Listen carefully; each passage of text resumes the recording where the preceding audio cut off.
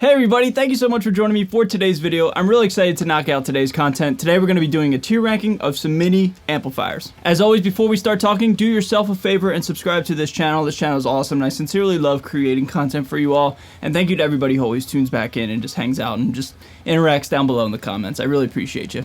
So let me orientate you to my tier ranking list right now. Boom! We have 5 different categories ranging from S to D, and we have 17 amplifiers to rank. I'll be sure to give some commentary as well as my thoughts and opinions on each amplifier and explain why I'm putting them in various tier rankings. And yeah, man, just kind of elaborate from there. So let's not waste any time. Let's just hop on in right now. Let's just go with, I don't know, pick one at random. You know what? Let's go with my very first ever mini amplifier I ever had in my life.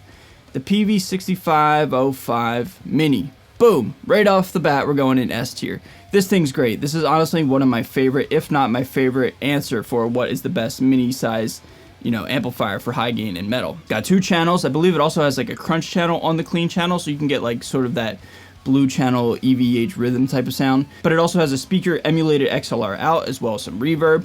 It's great, man. It really is. Now, this amplifier suffers from a common trope with a lot of mini amplifiers out there, and that is there's not as much low end and just sheer power from the sound coming from this mini amplifier, the Mini 6505. But that's to be expected with some EL84 power tubes, but regardless, apart from the low end issue and just amount of power issue, the 6505 mini head, honestly one of my favorites of all time. Alright, let's go with the Super Micro Dark Terror, the little tiny one.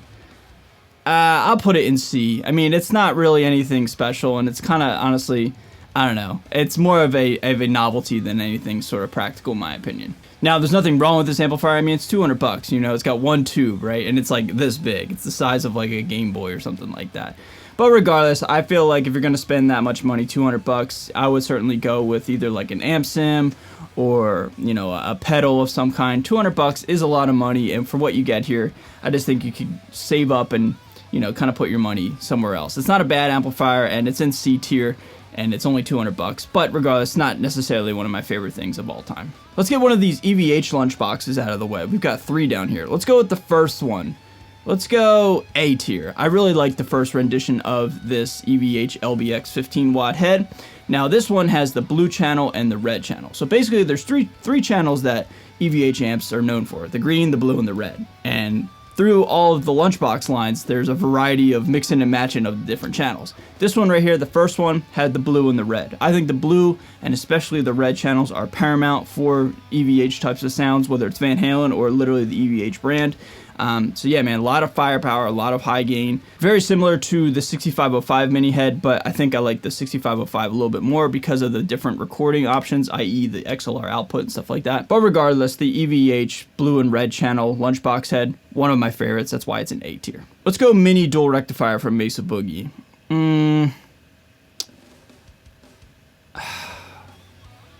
Honestly, I'm going to put it in C category because of how expensive it is. If I remember correctly, the mini dual rectifiers are about $1,700 brand new. That's a lot of money, man. So that's probably the main reason why it's all the way down in C category. I mean, I obviously love Mesa Boogie amplifiers, and I've had dual rectifiers my whole life, as well as some Mark amplifiers. But that being said, I feel like if you wanted to spend $1,700 for something new, you would save up and get the big, giant dual rectifier, which is like maybe, I don't know, $400 or $500 more. Anyway, man, it doesn't really have the low end and the sheer power that a real dual rectifier has, the big one. So for that, I'm going to put it in C category.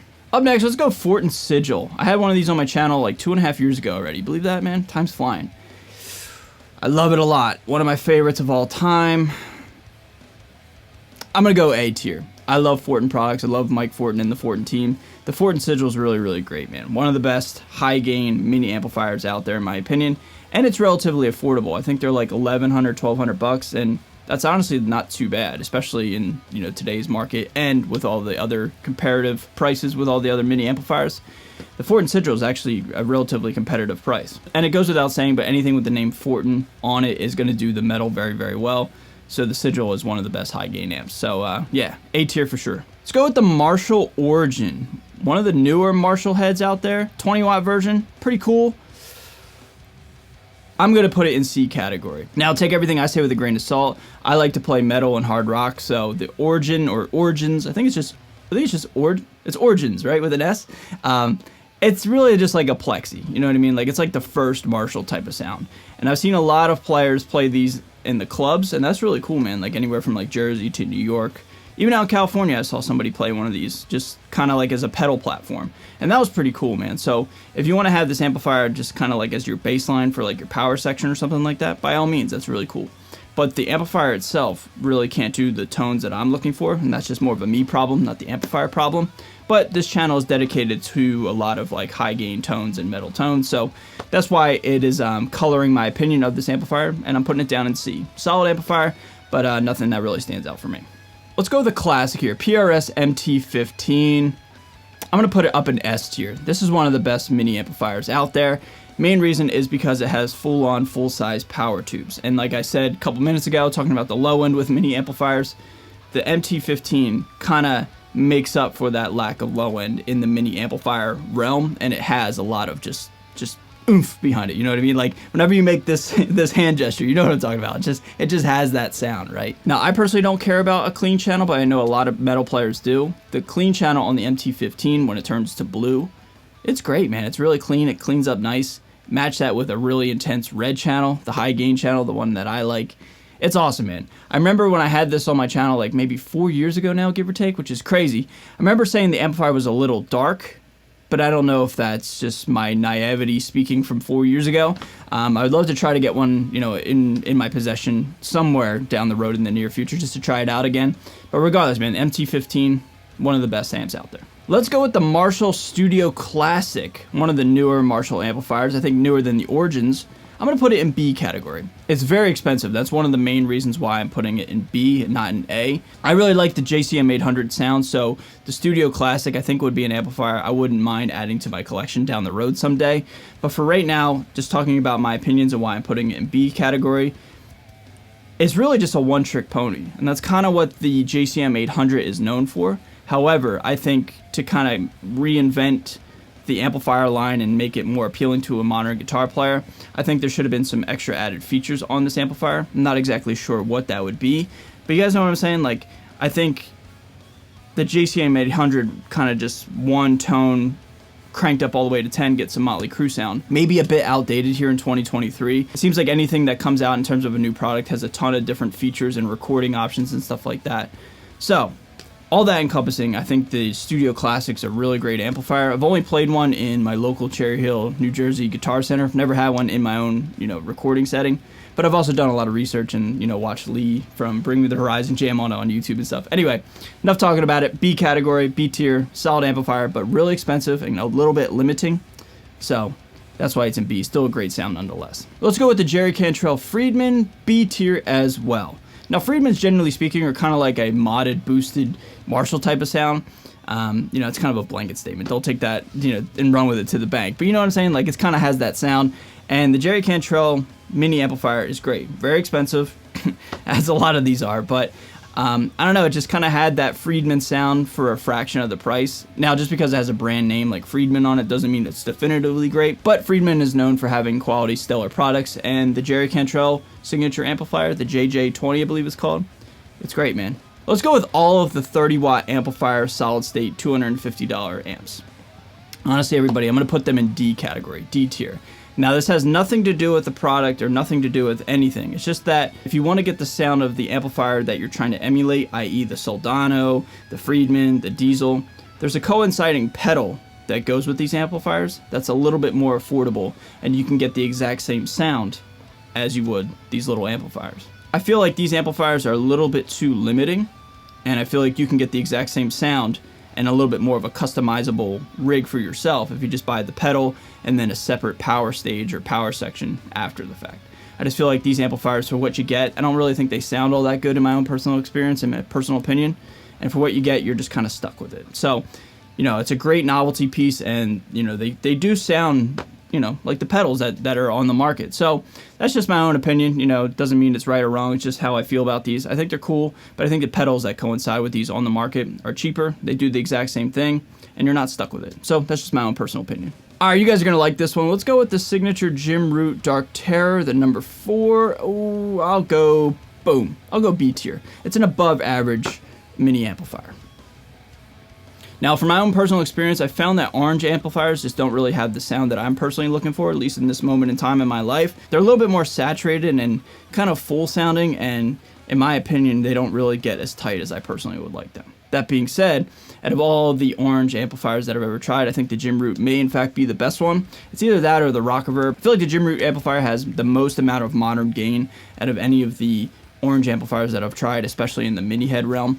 And obviously, you know, I like this amplifier for the obvious. So yeah, I'm gonna put it in above average and put it in B tier. Great amplifier. It's a shame it's discontinued. Mesa Boogie Mark V 25.